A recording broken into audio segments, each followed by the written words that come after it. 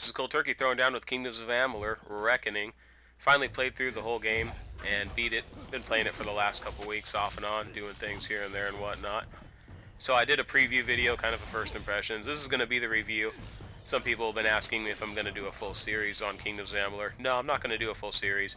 Just a first impressions, preview, and then this review.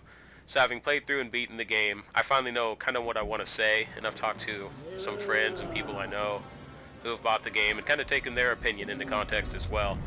Even though the game does kind of remind me of Mighty Morphin Power Rangers, how you charge up. It's morphin' time! And all those jokes aside, really wanted to talk about just what I thought. Overall, I think it's a good game, so I'm going to go out on a limb and say that. Now, some people hate the game, some people love the game. Seems like a kind of game that divides people. Well, why is that? Well, let's just get down to the basics. First of all, the thing you have to know with Reckoning is the game is, at least in my opinion and a lot of people's opinions, fairly linear. What I mean by that is, a good example is if you look at the world map, you'll notice in a lot of cases there's this tunnel of terrain you can go through to get to the next sort of circle of terrain that you can explore, and there's probably one or two towns in that little circle, and there's a couple monster camps. And then, of course, there's another linear line that goes to the next circle of terrain. And when you look at the world map in the game, you'll see that. And then when you also get the quests, you'll notice a lot of times the quests are very linear as well. There's yellow exclamation points over people's heads. It's very much, go here, do this, go kill 10 of these things, you know, go find me 5 of these because I lost them, or escort this guy over here because he's stupid. Very standard run-of-the-mill stuff, and that's not necessarily bad, but at the end of the day, Reckoning comes off as a very linear experience. Yes, there are side quests, and you can do those to be sure, but ultimately, it's not as free of a game as a lot of people would like. A couple good comparisons, like in Minecraft, you can kind of do what you want, go where you want, or an even better comparison would be Skyrim. Some people say, oh, well, you shouldn't compare it to Skyrim. Yeah, you should compare it to Skyrim. You should compare it to games that are also in the RPG genre to see which one does what better. Because at the end of the day, Reckoning does some things better and it does some things worse. Good example, Skyrim. When you start playing Skyrim, once you get out of that initial sort of 20-minute first dungeon, however long, maybe it's 10 minutes, maybe it's 30. It's been a while since I've played. But once you get out of there, you can technically go anywhere you want. You could go north, you could go south, you can go anywhere. It doesn't really matter. But that's not the case in Reckoning. When you get out of the first 20-minute starter dungeon in Reckoning, there is a line you must follow to get to the next quest. There are no other lines to follow. There is no north, there is no west. You have to go down, and that down eventually hooks east and gets to the first semicircle blob town area of quest. So it's very linear, and a lot of people get very upset.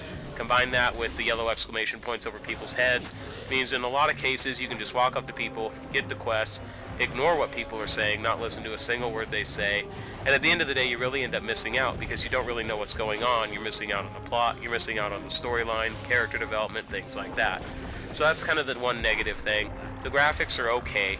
I don't think they're particularly great. I don't think they're bad. I think they're pretty good. The music, once again, is kind of okay. As a matter of fact, in a lot of cases, it's non-existent. There's whole portions of the game where there's really not a lot of music going on, but the sound effects are there, and the voice acting's kind of average. Yeah, the lip syncing is off in a few places, but I could think of worse, and I've seen worse. So that's that. But what are the strengths? Kind of what's going on? Talk about some of the weaknesses. Kind of what's average about it. I think the strengths is the combat system and the story. If you actually pay attention to what NPCs say, listen to what's going on, the story's actually pretty good. And it makes sense. It's kind of based off novel series. And then if you also look at the combat's fantastic. That's one of the things I find myself doing when I play this game is I just run around looking for fights. I don't really go around looking to explore, looking to collect fat loots or anything. I just want to start fights with things and blow them up. Now, when you're watching the footage that I'm showing, I've gone through as a full mage. Didn't really put any points into warrior or rogue, just full-on sorcery, blowing stuff up with AoE spells, single target spells, shielding myself, healing myself. Sometimes I'll summon a skeleton to help me out. So full-on mage over here.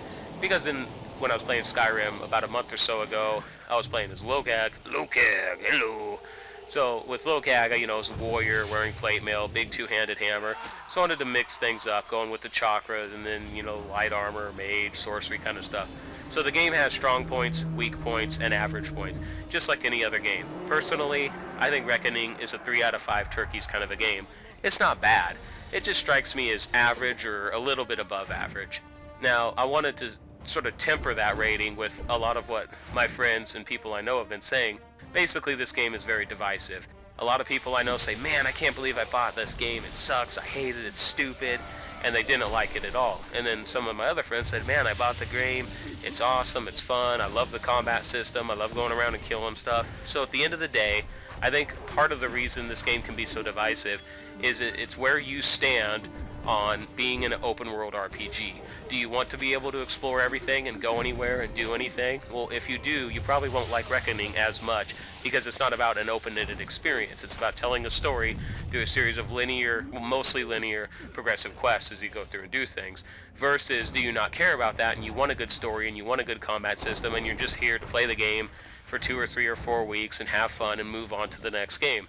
It depends on where you're at on that issue, and that's going to, I think, dictate whether you want to buy this game or not. So hopefully what I just said helps you make the decision. Are you going to buy Reckoning or are you not going to buy Reckoning? You're going to play it, whatever.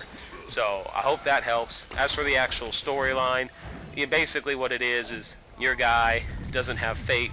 He gets resurrected by this machine. Everybody else is bound by fate. That's what the Fate Weavers tell you. And as you progress through the game, you fight a lot of battles. Eventually you get in this big, huge war, taking back this city. Well, not taking back the city, but in the final defense of the city. And there's like this big Balrog thing that's like shooting laser beams out of its eye. And you go to these quests, you find these places, you talk to these people, but you break fate.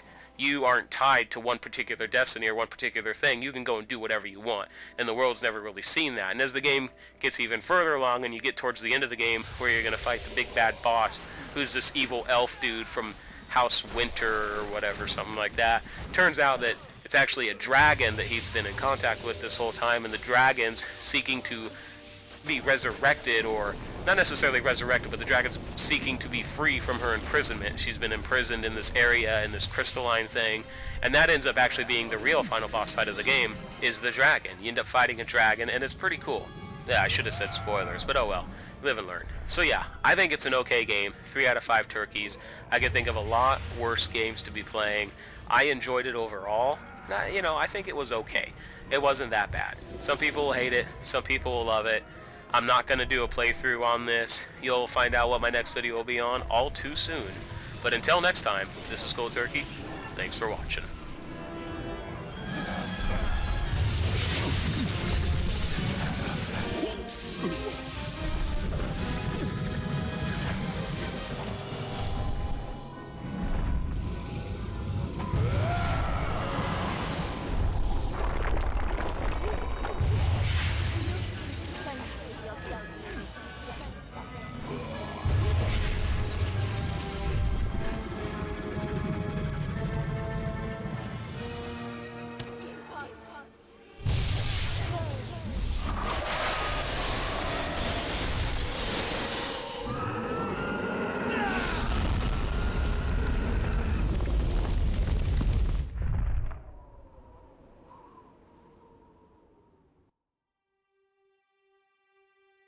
How could we have known that this would be a new beginning? I wonder now if we should have foreseen this outcome, but who knew then what fate would bring? I would have liked to have delivered this message in person, to see you one final time. That, however, would have been complicated. The order to which I belong had other plans. Were you ever to leave the crystalline fortress?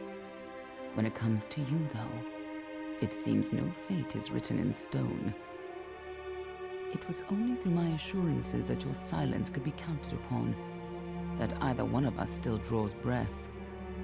I trust you will not make of me a liar. Were stories of what we have seen to begin to surface in the inns and taverns of Amalur, I would be asked to seek you out. And as we both know, the next time you die, there will be no return. But let us not speak of this. Your life is your own. Go now, and see what fate may bring you, or what fate you may bring. Perhaps one day in happier times, you and I will meet again. Until that day, I remain yours, Aelin Share.